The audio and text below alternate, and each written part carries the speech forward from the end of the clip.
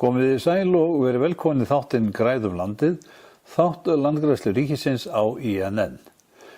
Þátturinn í dag verður helgaður samtökunum Landvernd sem héldu aðalfund sinn í Gunnarsholti á dögunum. Á fundinum var Snæbjörn Guðmundsson kosinn nýr formaður og ég ræði við hann að sjálfsögðu og þar var kynnt til söguna nýtt verkefni, Græðum Ísland, en meirum það seinna. Þá mun ég líka ræða við Guðmund Inga Guðbrandsson, framkvæmdastjóra Landverndar, Katrín Wilson sem stýrir verkefninu Græðum landið og Svein Runólfsson, en hann er verndari þessa verkefnis. Fyrir þá sem ekki vita, þá eru Landvernd frjáls félagasamtök sem starfa að umhverfismálum til að vernda og bæta lífsgæðin í landinu. Hlutverk landverndar er að standa vörð íslenska náttúru og vera virkur þáttakandi í stefnumótun, fræðslu og upplýstri ákvarðanatöku í málum er varðar landnotkun, auðlindir og umhverfi. Ég heiti Snæbjörn Guðmundsson, nýkjörinn formann Landverndar meðan á fundinu stóð í Gunnarsholti og ég spurði hann að sjálfsögðu hvaða áherslur hann flytti með sér inn í nýja stjórn Landverndar. Það verður kannski ekki frábrugðna því sem að Landvernd hefur unnið með svona seinustu árin. Ég hef bara verið mjög sáttur við það og þessi svona breiða áhersla, mikið skírskotun mjög víða í náttúruvernd og umhverfisvernd. Sjálfur er ég svona, mínar rætur liggja kannski tengt hálendinu og virkjanaframkvæmdir svolítið mikið. Það kannski mun smitast út í mín störf, gerir ég ráð fyrir. Náttúruvernd eða barátta af því tagi sem að Landvernd hefur verið að reka hlýtur á stundum að vera dálítið erfið. Ég held sé bara alltaf erfið. Þetta er alltaf barátta og samfélagið er bara kannski ekki samfélagið en svona, okkar staða í heiminum er þannig að við þurfum að breyta ýmsu og það þarf alltaf að toga lengra og lengra á hverjum tíma. Þetta er erfið barátta og það er einhvern veginn innbyggt líka í hana að náttúruverndarsamtök almennt eru fámenn og með lítil fjárráð. Þannig að þegar það er þannig að stofnanir eða svona hin andstæð, ég segi kannski ekki öfl, en þegar svona andstæðir pólar við þessum náttúruverndarsamtök, þegar þau hafa miklu meiri fjárráðum spila, þá er þetta erfitt, já. En það er bara hluti af því, En er ekki, skal ég segja, þegar samtök á borð við Landvernd nauðsynleg í öllu þessu stjórnkerfi og samfélagi sem við búum í? Þið stíð öðru hvoru svolítið á bremsuna, vendimönnum á að kúpla? Já, það er nefnilega, ég held að jafnvel, við vitum að veit alveg að það er fólk sem er mjög sammála okkur og svo er aðrir sem eru kannski hlutlausari og svo er fólk sem er andstætt við það sem að Landvernd er til þess að gera. En ég hugsa að flestir séu sammála að svona samtök gegna rosalega mikilvægu hlutverki, óháð því hvort þú sért endilega sammála þeim ekki. Því að það verður að vera mótvægi við allt saman og þetta er bara mjög mikilvægt hlutverk. Já. Þið látið náttúruna njóta af amans, ekki satt? Já. Og það ríkir sjálfsagt mismikill skilningur hjá þeim sem vilja framkvæma. Já. Það er bara þannig að það getur verið auðveldara að líta ekki á fórnarkostnað í umhverfi og náttúru sem raunverulegan kostnað, heldur bara að horfa fram hjá honum, að það sé hægt að taka endalaust af náttúrunni, en það er ekki þannig, því að hún er mjög takmörkuð auðlind. Þá er röðin komin að Guðmundi Inga Guðbrandssyni, framkvæmdastjóra Landverndar. Ég hitti hann á dögunum og bað hann að útskýra fyrir okkur betur hlutverk og tilgang Landverndar. Landvernd var stofnað árið 1969, þannig að það er skammt að bíða stórafmælis og eru náttúruverndarsamtök sem að vinna, kannski má segja, fyrst og fremst á 2 sviðum. Það þá annars vegar í umhverfisfræðslu. Hún fer mikið fram í skólum landsins. Við rekum hið alþjóðlega verkefni Grænfánan. Við erum líka með verkefni í landgræðslu í skólum og síðan erum við náttúrulega stöndum reglulega fyrir opnum fundum ýmis málefni sem að tengjast umhverfis- og náttúruvernd sem eru þá opin almenningi. Þannig að það svona fræðsluhlutverkið okkar. Síðan þessi svona sem við getum kallað og köllum stundum græna pólitík. Það að segja að við erum að reyna að hafa áhrif á stefnumótun og ákvarðanatöku í samfélaginu sem snertir umhverfismál. Og þessi þáttur starfseminnar hefur aukist mjög mikið núna á undanförnum árum. Við fengum riðun lögfræðing í vinnu fyrir ári síðan sem hefur elt þetta starf okkar til muna. Og þarna erum við að reyna að hafa áhrif með því að veita umsagnir til dæmis þingmál eða skipulagsmál sveitarfélaga, oft á tíðum mat á umhverfisáhrifum framkvæmda eða áætlana og annað það sem að svona viðkemur því hvernig þjóðfélaginu stýrt með tilliti til áhrifa á umhverfið. Þarna kemur til líka að við látum reyna á ákvarðanir stjórnvalda. Það geta verið ákvarðanir eins og það hvort að tiltengin framkvæmd skuli fara í mat á umhverfisáhrifum eða framkvæmda leyfi fyrir einhverja framkvæmd eða að reyna að fá aðgang að upplýsingum sem okkur hefur verið neitað í annarkvort í stjórnkerfinu eða hjá fyrirtækjum. Þannig að þetta svona þetta sem maður getur kallað þátttöku hlutverk landverndar, að reyna að hafa áhrif á stefnumótun og ákvarðanir í samfélaginu. Þessi upptalning þín stór og greinilegt að markmiðin eru háleit. Maður skildi ætla að þið væri þá með fjölda manns í vinnu til þess að sinna þessu öllu saman. Ég vildi gjarnan að það væri fleiri hendur.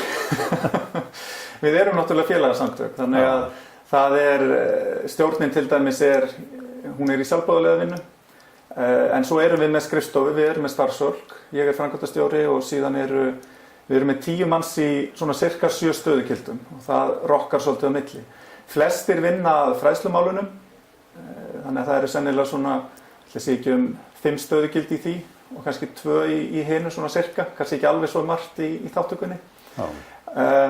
Þannig að vissulega væri hægt að hafa fleiri hendur en Landvernd hefur verið að stækka kannski líka með öðrum hætti. Það hafa bæst við mjög margir félagsmenn á síðustum árum. Við vorum 500 árið 2011 og erum að skríða upp í 5.000 núna, vonandi texta á þessu ári. Þannig að það tíföldun á síðustu 6 árum.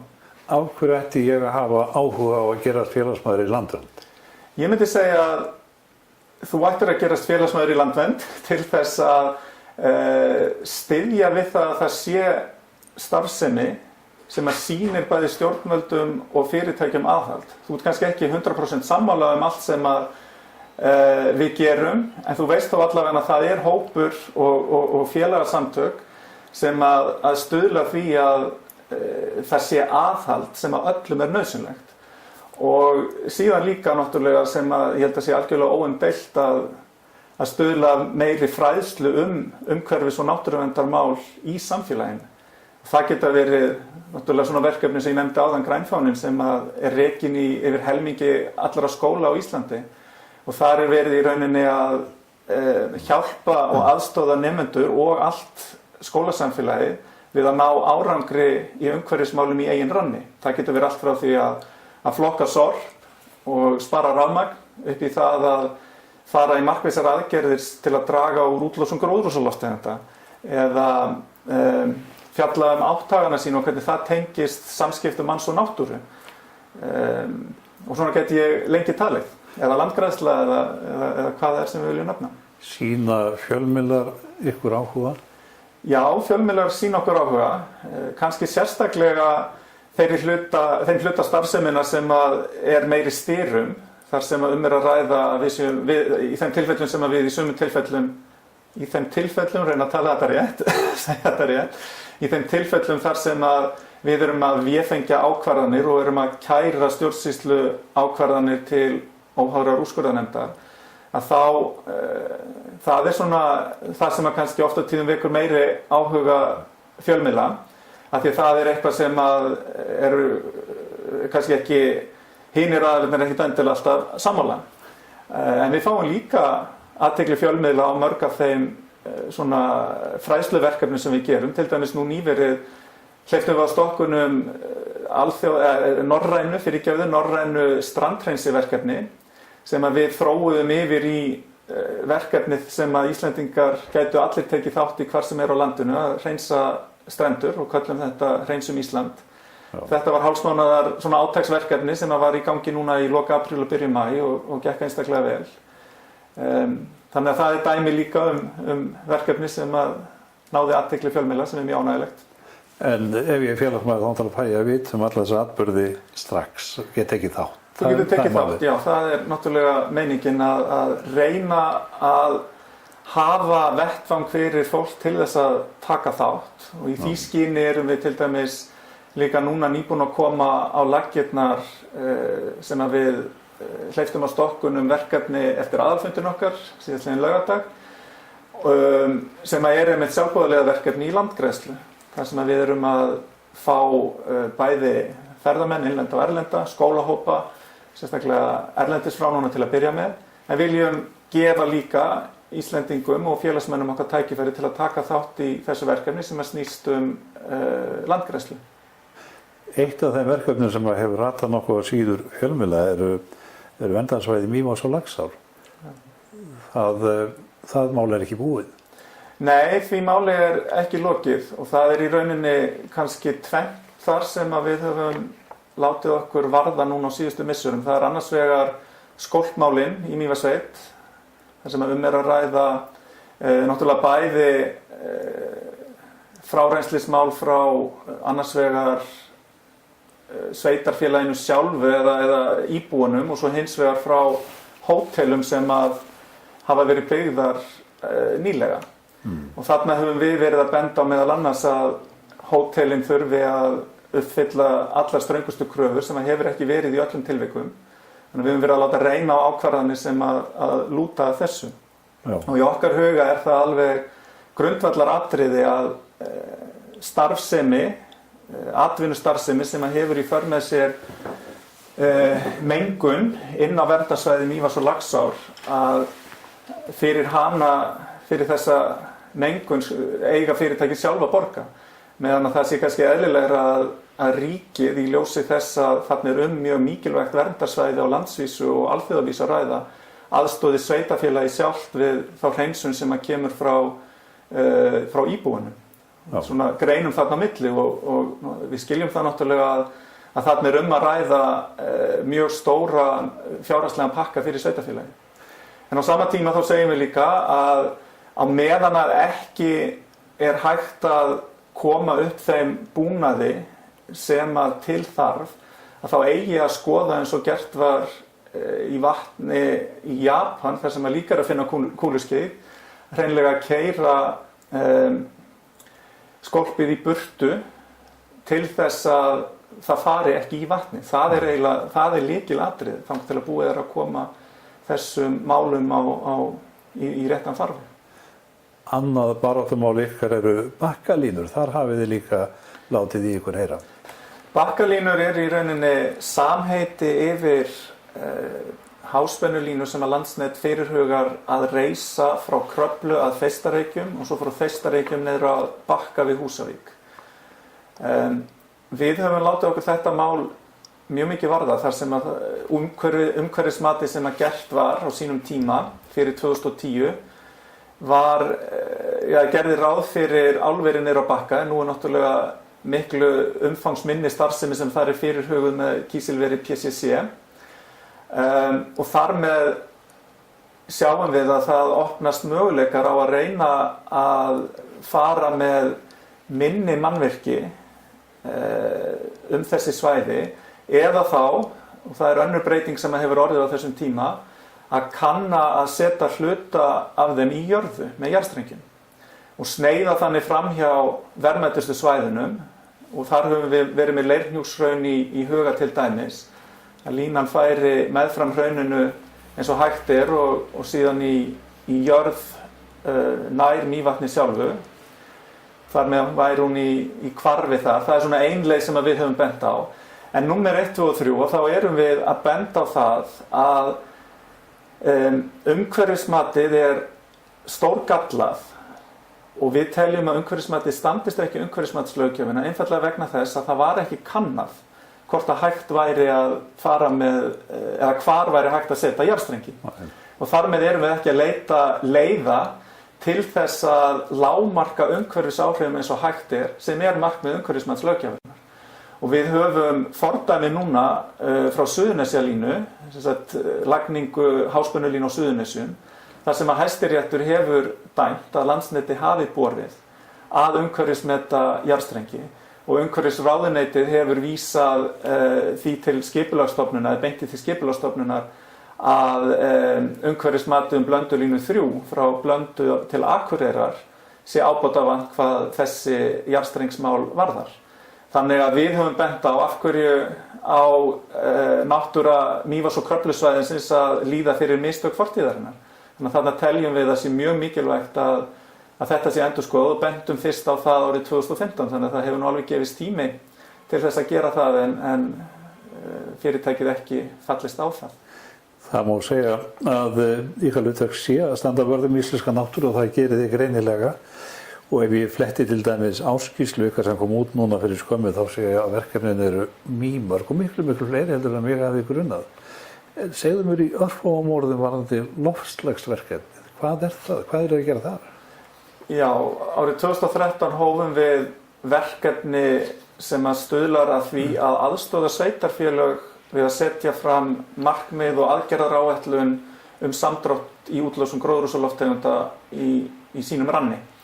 Og við byrjuðum með svona pröfuverkefni með sveitarfélaginu Hornafirði og þar aðstóðum við þau við að mæla losununa eins og hún áður en að byrjaður aðgerðum og síðan þá settar fram áætlanir aðgerðir, þeim hrundið í framkvæmd og svo vaktað reglulega til að sjá hvernig gengur.